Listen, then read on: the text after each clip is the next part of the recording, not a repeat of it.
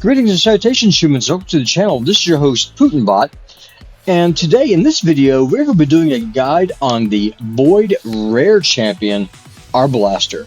She is a champion that's involved in a fusion. I want to say that it's for Broadmaw, if I remember correctly. And early game, I kid y'all not, I used to dread the Void levels, especially in Dragon, because of this chick right here. She would attack with that A2, she'd put someone's skills on cooldown, and my run would fail, and your favorite bot, PutinBot, would get somewhat indignant. But that's enough of the horror stories. Just kind of go over this champion real quick. I'll show you how I have her built out. We're going to do some runs, and then I'm going to give you my opinion on her. Is Arbalester a diamond in the rough? Is she a champion that's worth building out, especially if you're mid or late game and you're trying to push through Doom Tower secret rooms where you need to have rare champions? Is Arbalester serviceable? If you're early game, is she going to be able to help you out in dungeons? If you're pushing your way through faction wars, is Arbalester going to be helpful there? Look no further. Your favorite bot, PutinBot, is going to help you answer all those questions. Let's go into the aesthetics. Raid always does a great job with the look on their champions, and this champion is not any different. I mean, she's got these hair buns going on. She's got that wicked crossbow. Looks like she came out through some kind of a bondage convention. I'm not sure what's going on there. She's got the boots. She got the leggings. She's got that bright red hair. I mean, she is just rocking that whole vampire motif. The model looks fantastic. I've got to admit, she is one of my favorite looking champions in Raid. Now let's just switch over and I will show you all how I have mine built. Cue that up. And we will go from there. Here she is. Okay, so as y'all can see, I've got my Arbalester in 2 speed sets and then 2 pieces of broken gear. I've got her in crit damage gauntlets. I've got her in an attack chest. I've got her in speed boots. And I prioritized crit rate wherever I was able to get it on other pieces of gear. Got a couple of good rolls here on this weapon. Got some more crit rate on the helmet. Same thing with the shield.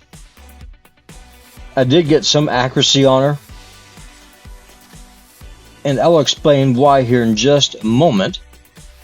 I've got her in an attack banner, I've got her in a crit damage amulet, and I've got her in an attack ring. Total stats I have on Arbalester. Her hit points, they're low. She's at 30,000. I said she's an attack champion. She's void, so she can play anywhere, but she's incredibly squishy. I mean, look at this defense.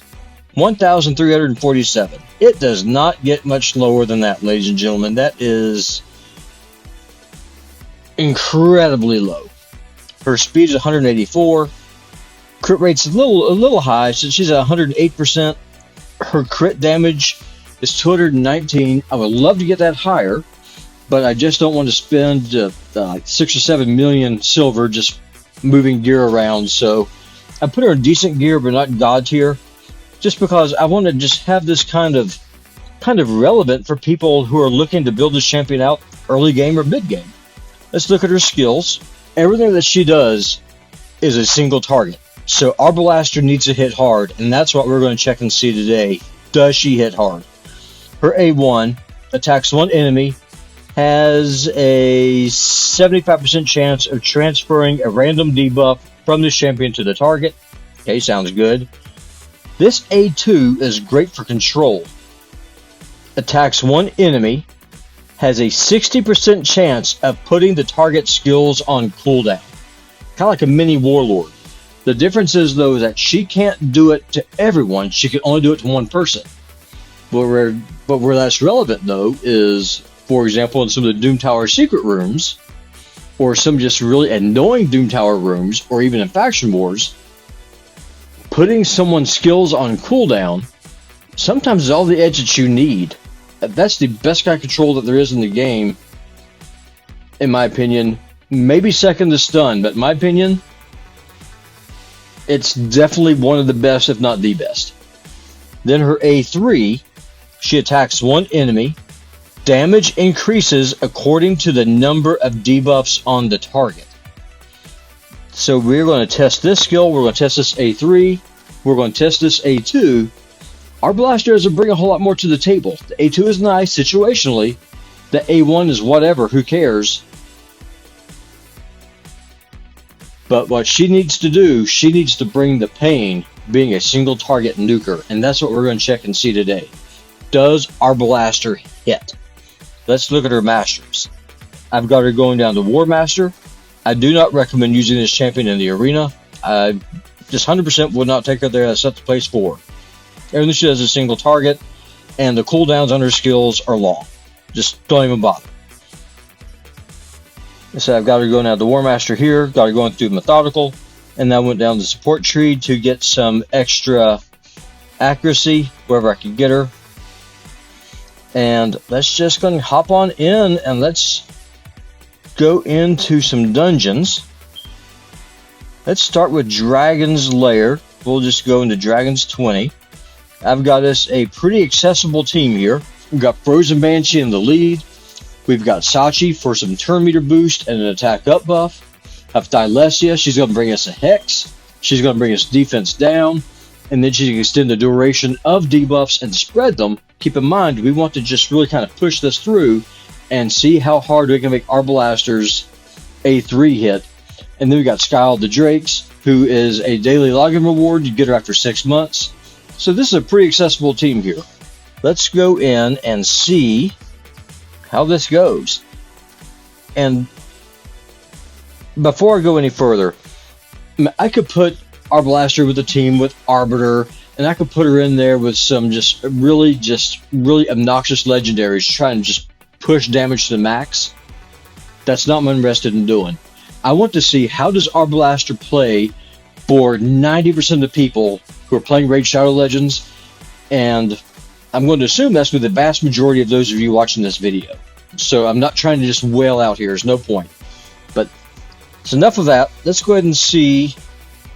Let's see how hard does she hit. So here's Thylesia. Here's the defense down. So there we go. We got defense down. We've got some hexes out. So here comes the increased attack buff. Come on, Arbalester is an attack-based champion. Did I even show y'all? Yeah, I did show y'all her stats. I'm losing my mind, y'all. I apologize. It's late. Okay, so here's Arbalester.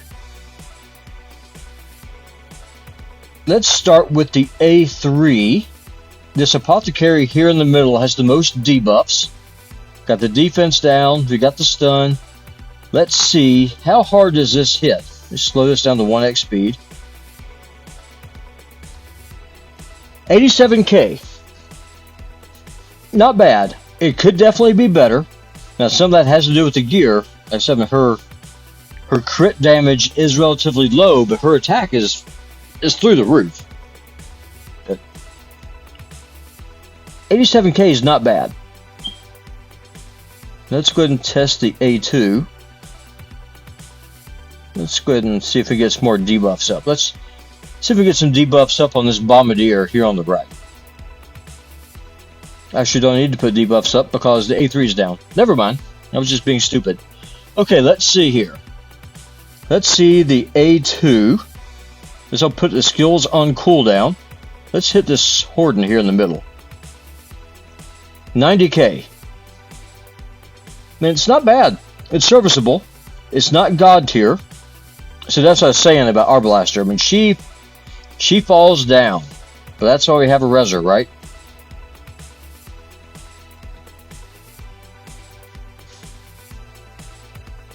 Now let's go in and see what the A1 does.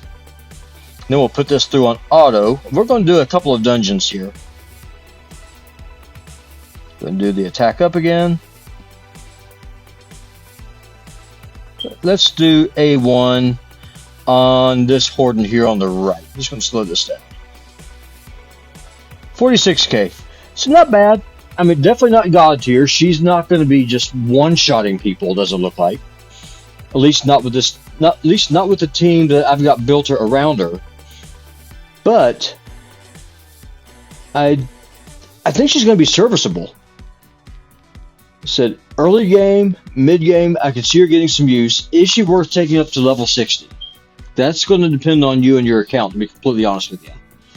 I mean, if you're rocking an Alika, or if you've got some just other hard-hitting epics like Royal Guard or something, you're probably not going to need her unless you need someone who can just blow people up in faction wars. Which, I mean, in fairness, is one of the best places for if you can keep her alive. That's the problem with the Undead Horde. Healing there is pretty much non-existent, and you don't have very much in the way of res options. So if you keep her alive, she can work for you. If you can't, not so much. So let's see how this goes here with the dragon. Should not take too long. And then what we'll do is that we'll jump into Ice Golem and see how she does there. Just go ahead and see. Demon Spawn and Dark Elves not open. That's unfortunate. That is unfortunate. What am I doing? Well, actually, let's do something a little bit different. Let's do something a little bit different, because I could run her through Ice Golem, but just be more of the same. She's a single target nuker. I mean, that's literally all she's bringing to the table is DPS. And for a rare, I mean, she's doing good work. But I want to see how hard can we make her hit. How hard can we make her slap? So let's go back into Dragon 20 again. And I'm going to build a team. I'm going to build a team just to try to maximize her lethality. So I'll be right back. Okay, y'all, so we are back. Now, I realize this is a high-end team, but I really can't think of any other reason to show y'all any other dungeons in this particular showcase, because Arbalester just brings the same stuff. With a regular team, she's bringing about 90k damage with her A2 and her A3, and between 40 and 50k using her A1. That's with good gear, but not great gear. Let's see how hard we can make her hit with the team that is built around her toolkit. And the reason I want to do this is I want to see if she's going to be viable in Doom Tower, especially Doom Tower Hard in secret rooms. Okay, so here's the attack up.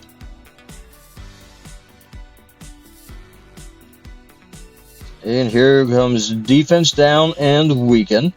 We're going to come in with Contra. Whole reason Contra's here, give us some more debuffs. Who has the most? So it looks like we have 5 here on this Horden and also on the Tayrail. So let's do the A3. Let's do the A3 on Horden right here. 130k.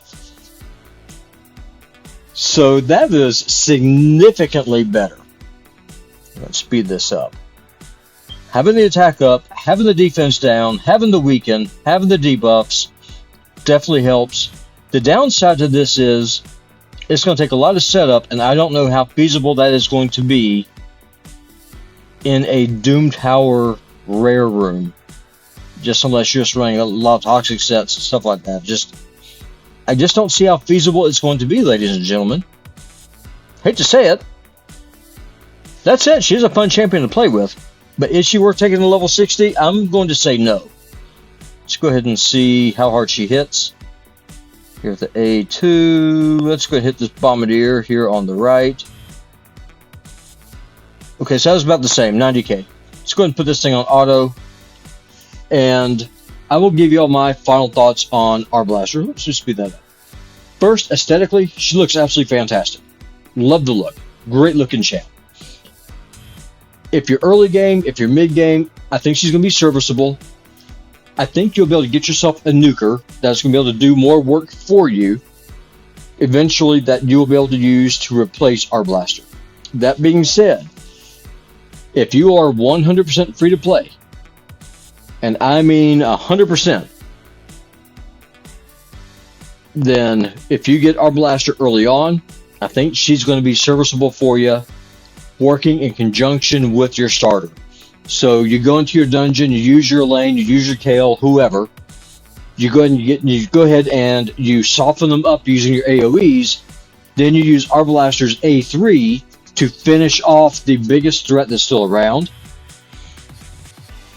And then you can use her A2 to put someone's skills on cooldown, buy yourself some extra time in case you need it. Is she worth taking 60? That's going to depend on you and your account. If you just have really bad luck, if you're really struggling with getting epic books, then yeah, early game I can see you doing it. But if you are mid game, no, absolutely not. She is not the diamond in the rough that I was hoping that she would be. That said, she's fun. I mean, she's not like Dampier. She's just a fun champion to play with. You know, I think that's something I may need to do one day, is just build a team using rares and uncommons and seeing how many level 20 dungeons or 20 plus dungeons I can clear with them. No, y'all let me know down in the comments down below. Do y'all think that would be something that would be fun to see? Not so much? Let me know. Well, y'all, I think I'm going to go ahead and end the video here. If y'all like this video, if you would please do me a favor, if you would just press that thumb up button. I mean, y'all have to smash it. Like, don't try to break your computer or your phone. Just tap that thumb up button. And then right there to your right, there's that little subscribe button. If you click on that for me too, I would appreciate it. It just helps the channel grow. It just lets me know that that people are really appreciating this content. Channel is small, but it is growing. My goal is to hit 500 subscribers by the end of the year. And with y'all's help, we'll be able to get there. Well, y'all, with that, this is your host, PutinBot. I'm going to peace out. It's late, and I need to get up early. And I will see y'all later.